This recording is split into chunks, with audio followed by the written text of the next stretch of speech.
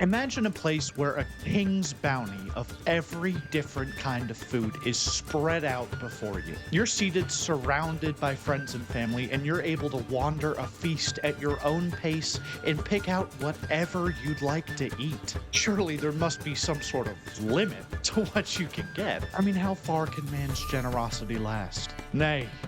This is not a place of limits. You can stuff your gullet full of every horrible piece of sustenance that man has ever conceived. This is a place of excess. This is a place of biblical greed and gluttony. This paradise among men is all-you-can-eat buffets. When I was in high school, my friends and I discovered an all-you-can-eat sushi buffet just blocks away from our school. Naturally, as self-respecting teenagers who wanted a good meal, we were in there at least once a week. My friends and I had 30 minutes for lunch. We were there.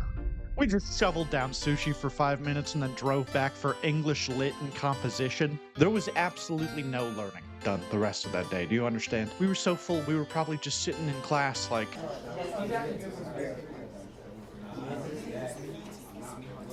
This buffet was absolutely magical. It was like a center circle island that was just filled with every kind of sushi roll you could ever want. There was even weird shit. They had a sushi roll with a slice of strawberry on it. I don't know if that's like a thing, but I don't typically like to mix fish and fruits. The best part was that it was actually fucking good, dude. You'd think all-you-can-eat sushi buffet? That must be fucking treacherous. I ate there more times than any man should, and I did not get sick a single time. On top of that, if sushi wasn't your cup of tea, they had another serving station in the back that had every carb you could imagine. Go ahead, imagine a carb. Yeah, they had it. They had Chinese food, American food, Mexican food. I mean, the spread of these dishes was just staggering. They had these crab rangoons. Oh my God, dude. Looking back on it, they were probably filled with like fucking mercury or something. But my God, that mercury tasted so fucking good. I would eat like 6 of them every time I went, and that is probably why I will develop stomach cancer later in my life. I had this one friend, piss yourself, Zach. He would walk into the sushi buffet with a backpack just full of Tupperware containers. Then he would get a plate that was just stacked full of sushi. And then when the waiters weren't looking, he would put the Tupperware between his legs and just start shoveling sushi into it. I mean, he probably looked like he was feeding a fucking gremlin under the table. This one's for me, and this one's for you. Shh, hey, it's okay, big guy. It's okay. Hey, here's a crab rangoon for you. The waiters would just kind of be patrolling around the area, and they would keep our waters topped up at all times. One of my other friends, piss yourself, Posy, would insist that they were putting sugar in the water so that we would keep drinking it and fill up our stomachs. Which, not the craziest theory. However, I think the 16 crab rangoon I shoveled down my gullet probably cost them 6 cents to make and achieved the same effect. Those waiters probably fucking hated us, dude. We were high schoolers. We didn't know how to properly tip. All right, there's the check, and these 63 cents are for you, my friend. We fucking loved that place. It was a beautiful establishment. They're still open. I think they do quite well, actually. However, I was shocked to hear that not everyone has such a positive experience with all-you-can-eat buffets. They have garnered quite the reputation for being dirty, gross, expensive ripoffs that'll more than likely get you sick. And today I want to learn what caused that reputation. And I believe that there is no better place to start than the very beginning.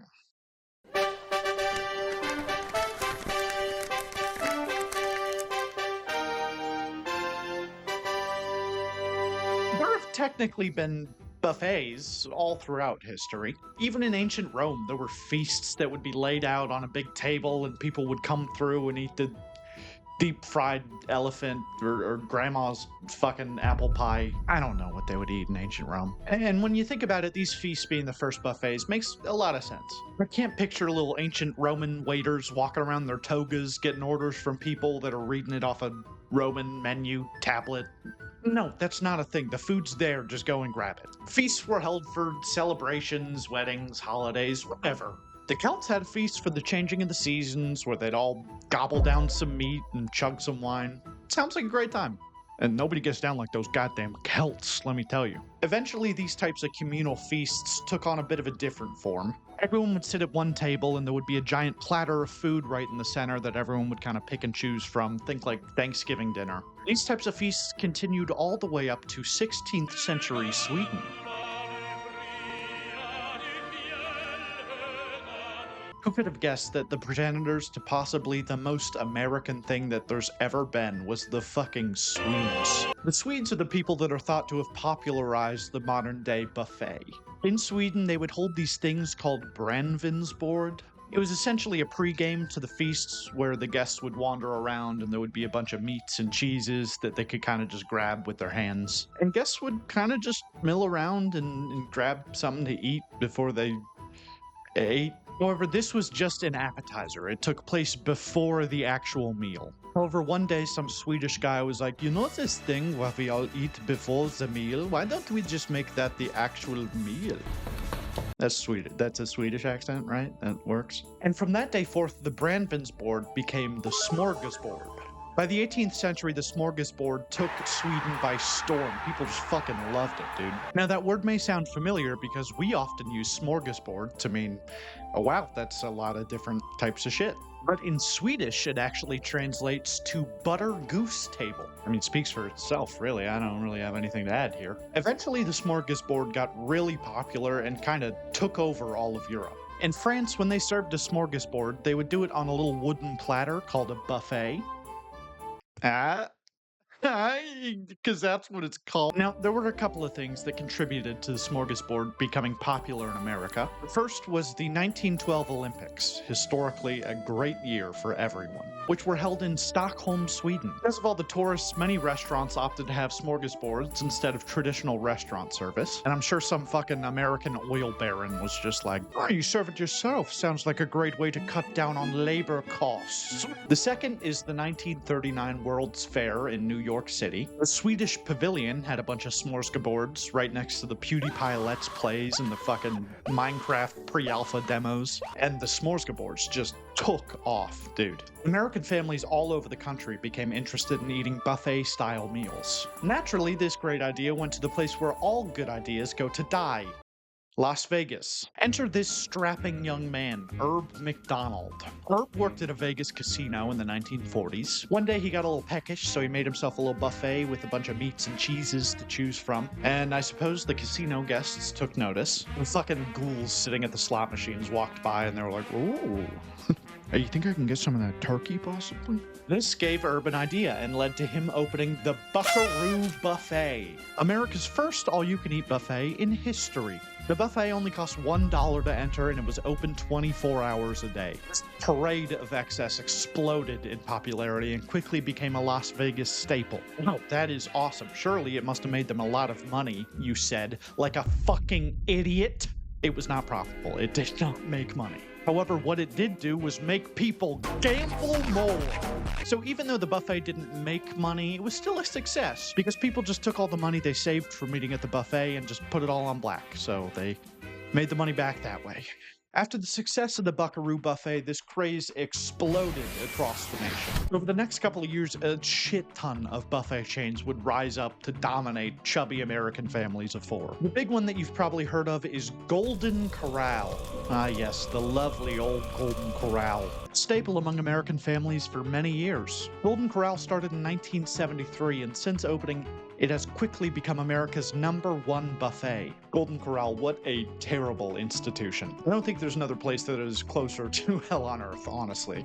Golden Corral, it's a harrowing locale. This fucking Dark Souls boss arena of a restaurant quickly became famous for its strange clientele and its wasteful display of American excess. In fact, that could be said for most of the all-you-can-eat buffet chains around the country. Many of the big buffet chains like Golden Corral, CiCi's Pizza, Pizza Ranch, they all have horror stories accompanying them. People who have worked at these restaurants and people that have gone there and have had horrible experiences have flocked to the internet to post about their harrowing encounters. And it would be disingenuous to even talk about all-you-can-eat buffets without sharing some of these stories. So, without further ado, I would like to address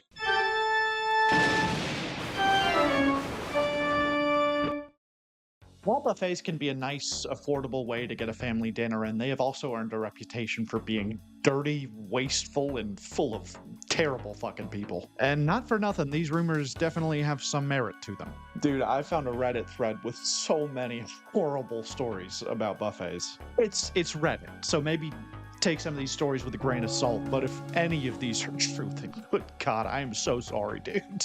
One post said there was a guy at Golden Corral that brought in several cats in crates and just stacked them around his table like it was completely normal. Several? How did that happen? That is multiple trips to and from the car. How did nobody step in and put a stop to this? Maybe he paid the entry fee for the cats. I don't know. Honestly, I would kind of love to see that while I was eating. I wonder if he like snuck him a fish stick or something. You know, like fed him through the bars, like some sort of prison exchange. Don't you tell the warden this is just for you, baby. Another post, actually quite a few of them talked about something similar to this. Last month, my husband and I went. We were so excited to eat all the rolls and honey butter. However, as soon as we sat down, I saw a lady walk by our table to a large group table. She was clearly not all with it, and for a moment, I thought she was wearing brown leggings under her jean shorts, until I heard some people gagging. Jesus, that is foul, dude. I pointed behind my husband, because she was standing there at that point, and said, "I think that lady shit herself." My husband turned and saw her. We had both just sat down with plates of food. Her liquid diarrhea was streaming down her legs. I couldn't even look at the chili I had eagerly poured on my sloppy fries from the buffet. Completely shit herself, and then just acted like nothing had happened. Just fucking kept it moving. She had to get to that chocolate fountain no matter what happened. That is wild to me, to completely shit yourself in a public place and then just be like, oh, I better hit that omelet station. That looks good.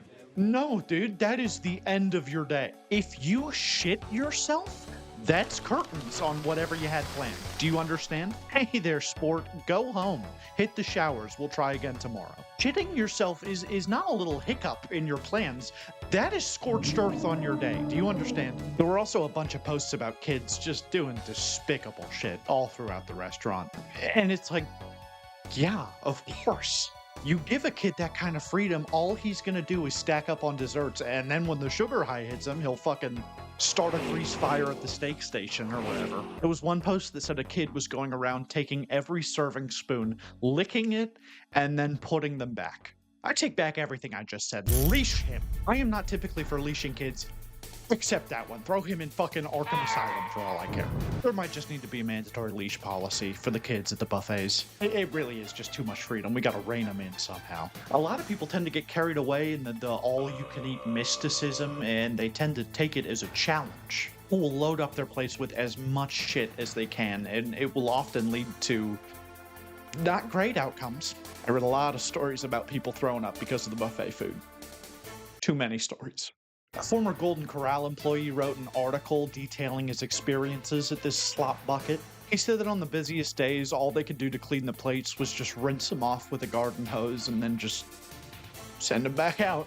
That was all they had time to do because the masses needed their slop. People just don't know how to restrain themselves with that level of freedom. All you can eat?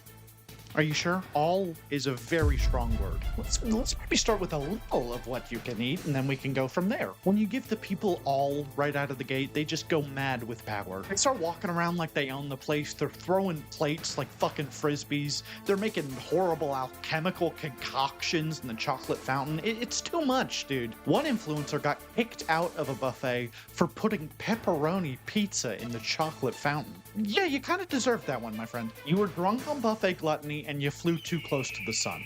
Plain and simple, that's all it is. You know they had a ladle by that fountain. You could have just poured it on the pizza, but no, you had to stick it straight in, didn't you? You wanted to be cute and quirky and you ended up getting pepperoni grease in the chocolate and you ruined it for everybody, you silly bitch. I just think this kind of environment really does bring out the worst in people. It's kind of like Black Friday, but instead of fighting for a cheap TV, you're fighting for fucking sustenance. There was a video of a bunch of people waiting around a buffet station, waiting for the trough to be filled with crab legs. And then when the poor worker finally came and dropped them off, these people just swarmed and grabbed the crab legs with their bare hands like vultures, picking apart fucking roadkill, dude. Are these crab legs that good?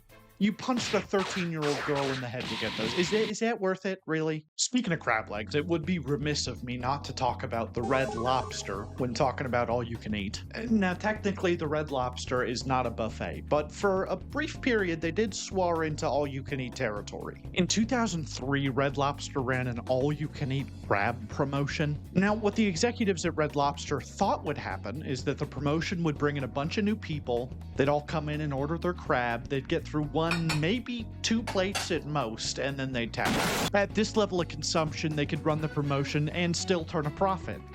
However, American consumers had different plans. We fucking packed that shit down, do you understand me? King crab population has never been the same since. We had chubby white families tearing through the king crab community like polio in the 30s. It was fucking violent, dude. Red Lobster ended up losing $3.3 million in 7 weeks. Can you imagine being a waiter at the Red Lobster and having to watch a 9-year-old child tear through his 4th plate of crab legs?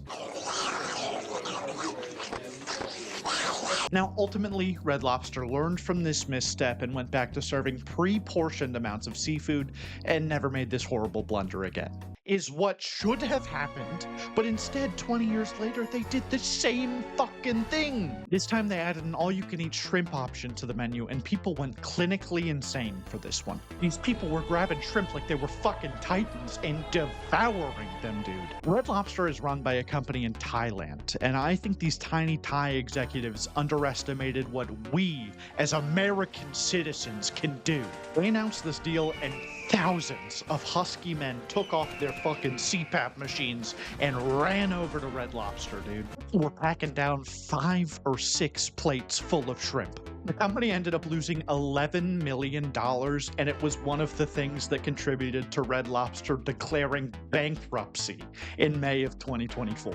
And that is what I call American exceptionalism, baby. We are all gonna die of congenital heart failure. I think this bad reputation has started to get the best of buffets because their attendance has been going way down in the last couple of years. I think now people are just more aware of the conditions that go on behind the scenes at these buffets, and I cannot blame them for being turned off by all this information.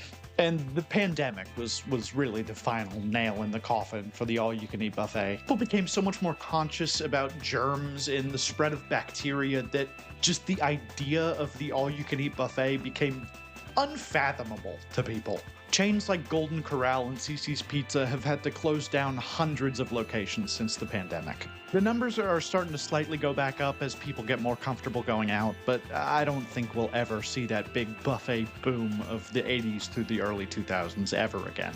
And that's not to say that there aren't some great all-you-can-eat buffets out there. There's lots of local buffets that are universally praised for their cleanliness and the sheer quality and scope of the food that they offer. The biggest all-you-can-eat buffet in America, the Shady Maple Smorgasbord, it's only like 2.5 hours away from where I live. That one's like universally loved in the buffet community. I thought about going there like for the sake of this video, but that would be ridiculous, driving 2.5 hours to go to a fucking buffet. I wouldn't even think, I wouldn't dream of doing something like that. Hey, you remember a second ago when I made it seem like we were going to go to Shady Maple Smorgasbord? I fucking lied to you. I looked you in the eyes and then I told you a lie, and I apologize for that. That is on me. I did not have to. That is 7 hours away. And to and from it would be 7 hours. And I don't have time for that. And I'm sorry. But we are still going to a buffet. We're going to the top-rated buffet in Virginia. It is the Aurora Seafood Buffet. We're on the way there now. I'm joined by my lovely camera woman, Mag. Say hi, Mag. Hi. And we're gonna get some food. We're gonna give you the rating. We're gonna go through the whole experience, and you're along with us. So.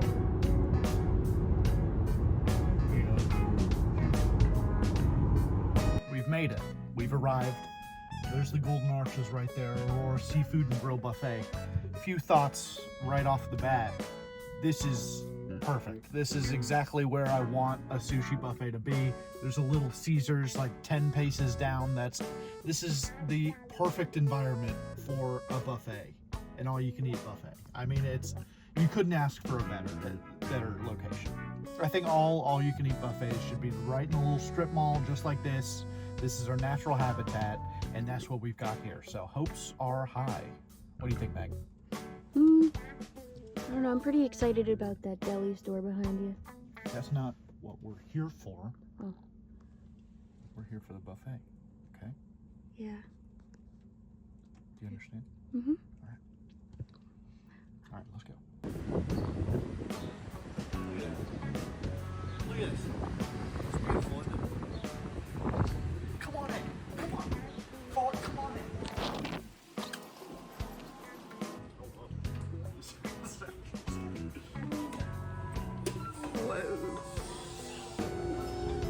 There's so much. There's so much. I got a crayfish. I've never had a crayfish before. I don't know how to eat this, but I got it.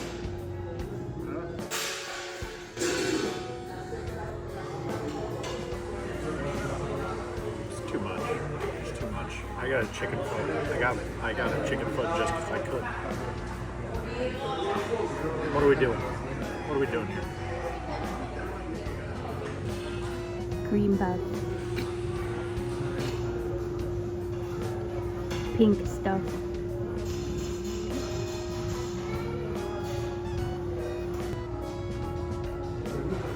Your adventurous spirit will take you to new heights. All right, we just finished our meal at Aurora Seafood and Grill Buffet. Immediate thoughts. I'm so full, I'm going to start an 8-carb pile up on the highway. That's a fact. That is for sure happening. It was just so much food. Too much food. It was insane. It was immediately as you walked in, the kind of atmosphere, the environment, really cool, really nice. Very like neon light. Sleek. Yeah, sleek. That's a good word for it. It felt welcoming, which was nice. And then staff was all really cool. They were all really nice. The food, it was okay. It was good. I think I realized that you don't go to buffets for the food. You're not there for like a good meal. You're there to like walk around and look at all the weird food and shit that they have and just like pile it onto your plate and be like, I don't even know what this is, but I got it. That's just like the experience of it. That's fun. And they had that for sure. The quantity of food was unbelievable. They had pizza, chicken nuggets, sushi, mac and cheese, the hibachi, ramen, like everything. barbecue. They had fucking everything. They just had a tub of melted butter. Why? Why? Why do you need that? But they had it. They had it. You could scoop it onto your plate. They don't give a fuck. You can do whatever you want. That's the beauty of it. They just let you graze. They give you your drinks and then you're free to just walk around and do whatever. It's amazing.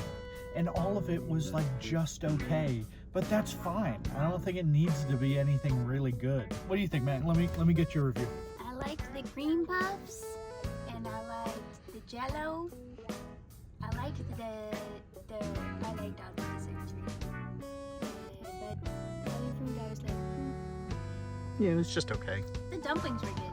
Oh, the dumplings were. Oh, and the crab rangoons. Oh, the crab rangoons were good as shit. I really enjoyed those. Overall, what would you give it out of 10? Or out of 5? 5 stars. Out of 5? Yeah. I think a solid 3.5. Yeah, I feel similar. I feel like everything is really cool, and then the food is just mediocre. Yeah, the food's fine.